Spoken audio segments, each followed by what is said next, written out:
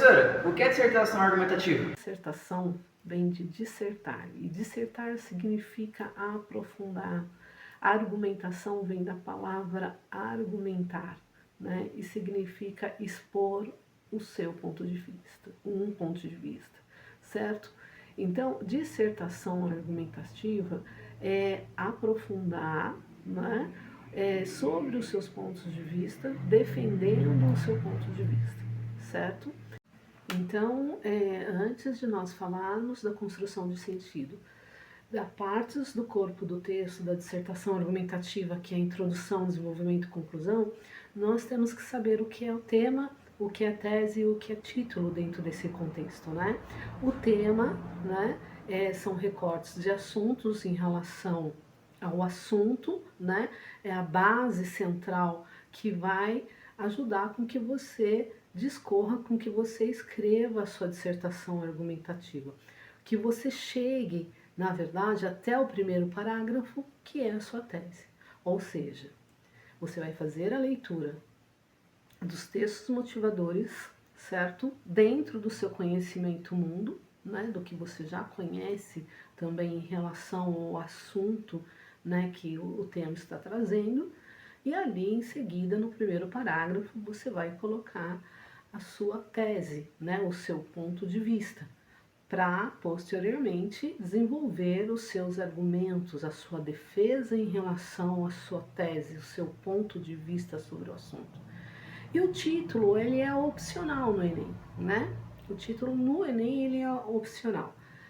Ele, depois que você discorre, que você produz o teu texto, a sua dissertação argumentativa, você pode dar um nome à sua tese defendida, né?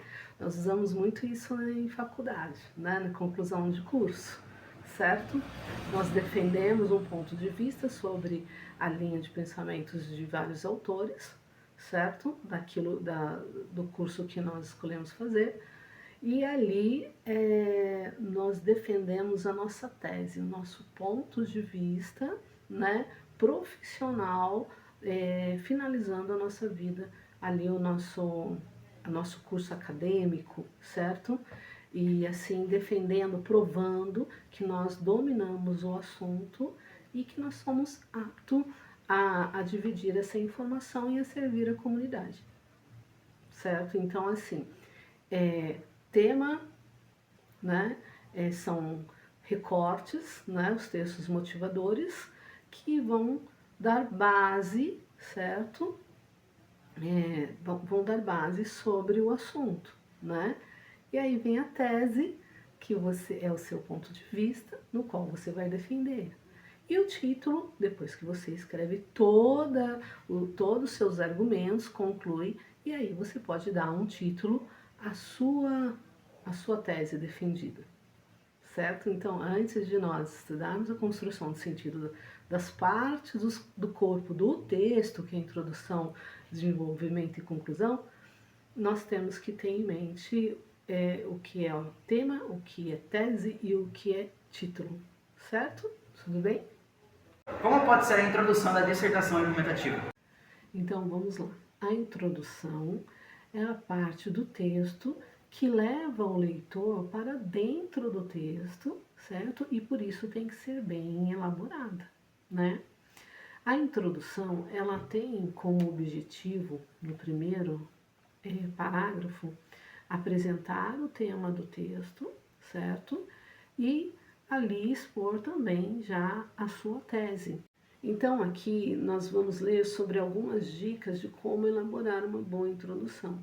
O que eu preciso ter em mente ao construir a minha introdução? Então, vamos lá, vamos ler juntos? Olha só. Seja objetivo quanto à função da introdução. Portanto, apresente o tema e a tese, né? Do que nós já vimos, certo? A introdução, ela é feita para apresentar tema e tese. Lembrando que a tese é expor o seu ponto de vista em relação ao tema. Não seja redundante. Prefiro o uso da ordem direta para a escrita das frases. Sujeito mais verbo mais complemento. Evite o excesso de informações e dados. Evite generalizações e lugares comuns. Com certeza, todos, ninguém, hoje em dia, evite esses termos. Tenha uma boa estrutura de apresentação. Eu costumo dizer, comece seriamente e sóbrio como um cidadão do mundo, provando que você tem conhecimento, que você domina o assunto e que você sabe ter argumentos, pontos de vista equilibrados sobre o assunto, respeitando a as divergências de opiniões, certo? É assim, se colocando no seu lugar no mundo, né? Vamos lá? E aí, outra coisa que eu posso também observar na minha introdução, que é importantíssimo para a construção escrita, né? A introdução está no primeiro parágrafo. E no primeiro parágrafo, eu posso ter aí três fases, três frases, certos? A primeira frase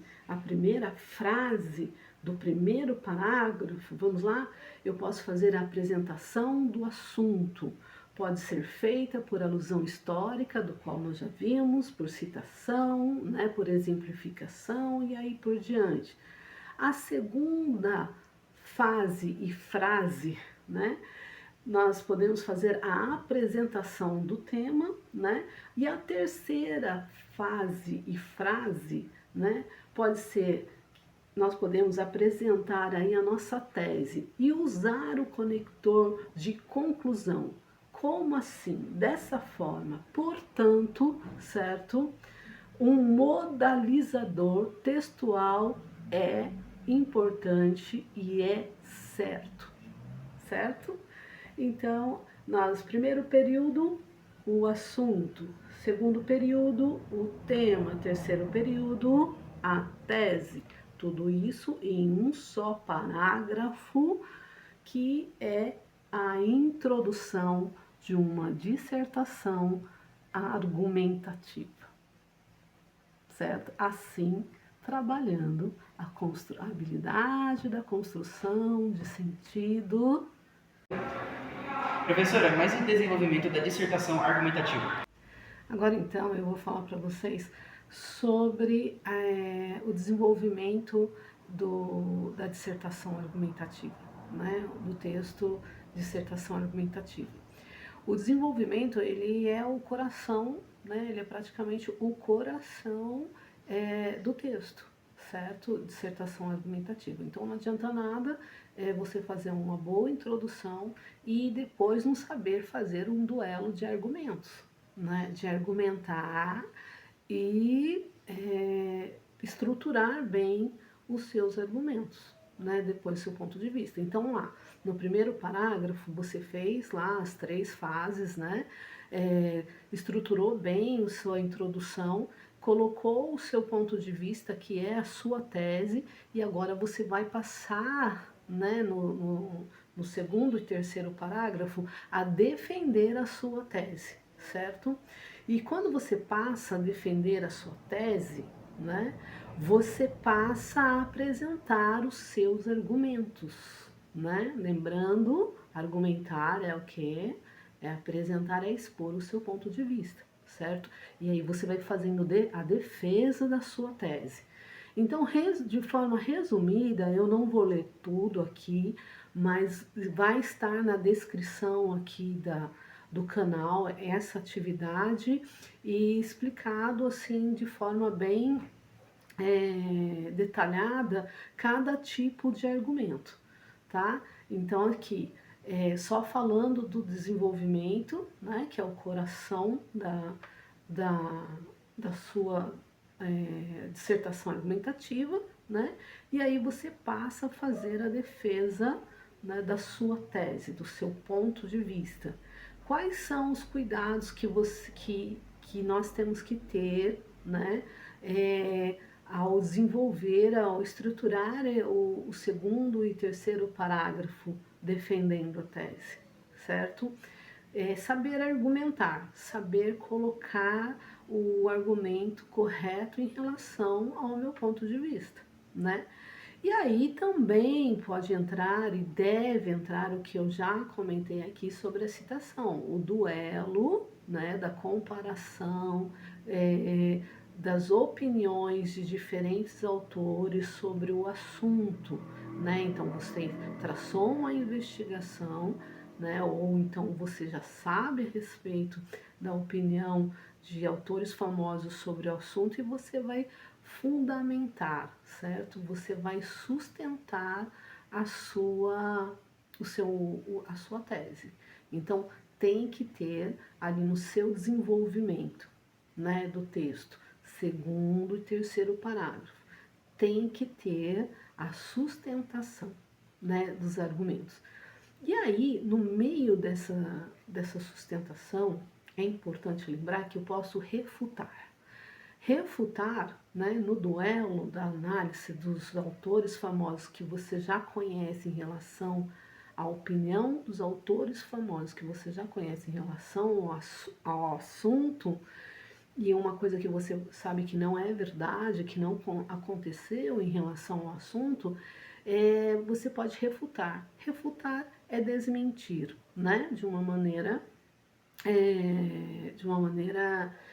culta, numa norma culta, de uma maneira equilibrada, que eu quero dizer. Por quê? Porque a gente sabe que no Enem não pode ter partidarismo, né? De briga, de palavras de baixo calão, no qual, ou então simplesmente usar palavras que não convém colocar, né, dentro do desenvolvimento do texto, certo? Então você tem que ter uma postura de um cidadão que sabe se defender, sabe respeitar a opinião do outro, mesmo o contrário é onde você diz, se pode refutar, né?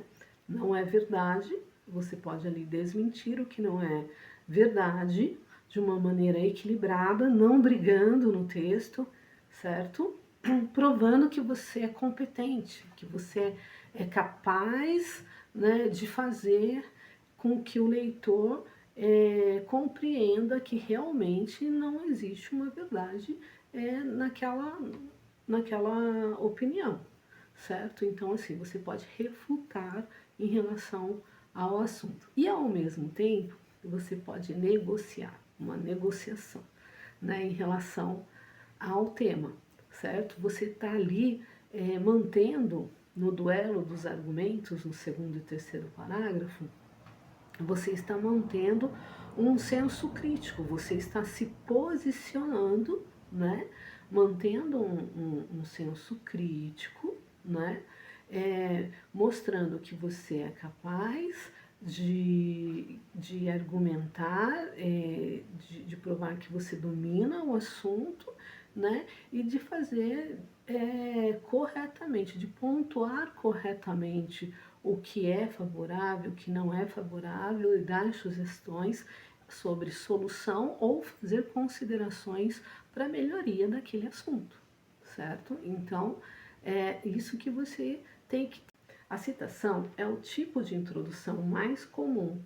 Ela confere mais credibilidade ao texto. Você pode citar desde um filósofo famoso até o trecho de uma música. A citação pode ser direta, quando apresenta a aspa, ou indireta. Veja um exemplo do tema Desafios da Educação no Brasil do século XXI. O educador e filósofo brasileiro Paulo Freire afirma que, se a educação sozinha não transforma a sociedade, sem ela tampouco a sociedade muda. Analisando o pensamento e relacionando-o à realidade da educação no Brasil, percebe-se a necessidade de um olhar mais atento para o aprimoramento do sistema de ensino, considerando a sua importância para a promoção de uma sociedade mais crítica e reflexiva, que, consequentemente, tende a ser mais justa, igualitária e humanizada. Então, ele colocou aqui uma citação sobre a fala do Paulo Freire, né, em relação ao tema. E qual era o tema? Desafios da educação no Brasil no século XXI, certo?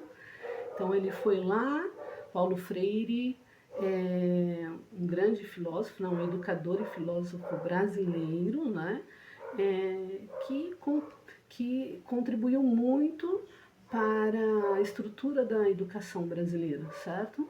Então ele usou esse autor, né?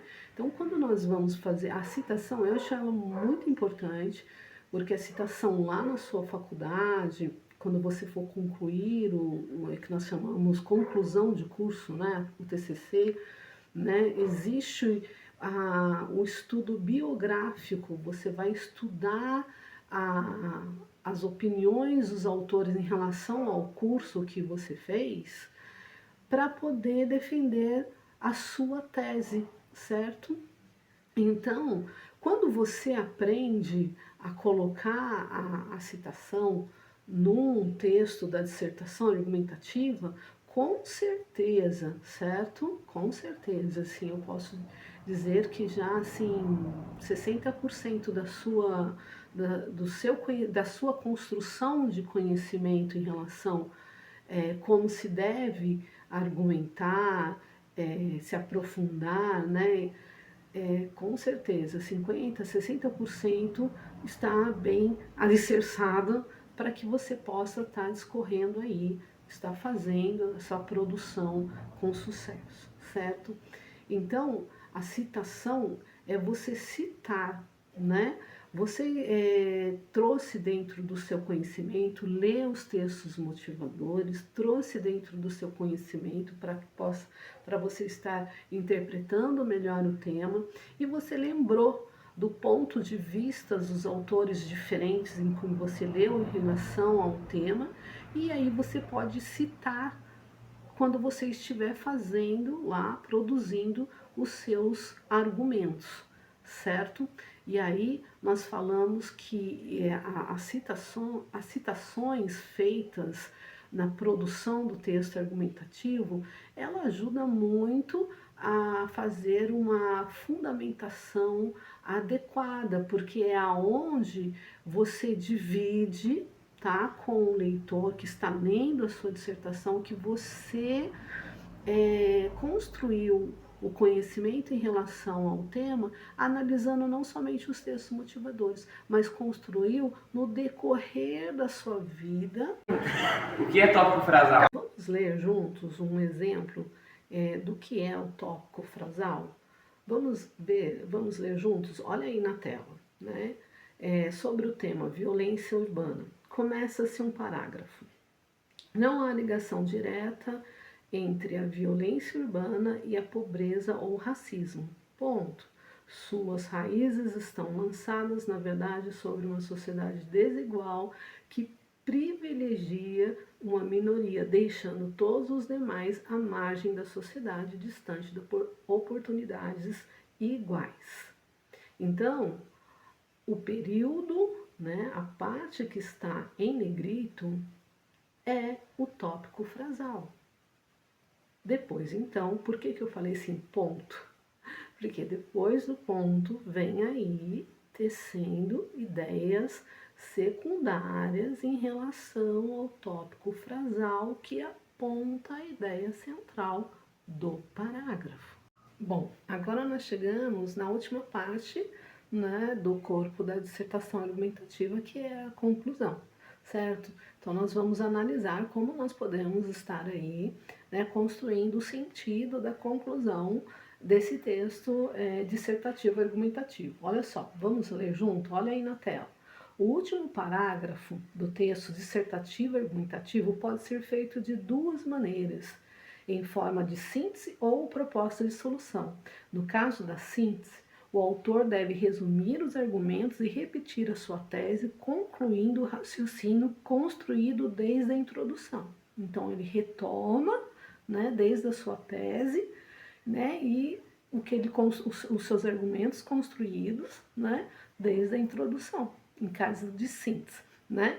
Eu costumo dizer que muitas vezes nós estamos querendo resumir, a síntese, ela resume, né, em síntese, é objetivo e claro, e ser objetivo e claro na conclusão, certo? Que é fazer aí a retomada de tudo que você, dos argumentos que você já construiu, certo? Agora, no caso da conclusão, com proposta de solução, é preciso que o redator apresente soluções práticas, detalhadas acerca do problema levantado no texto.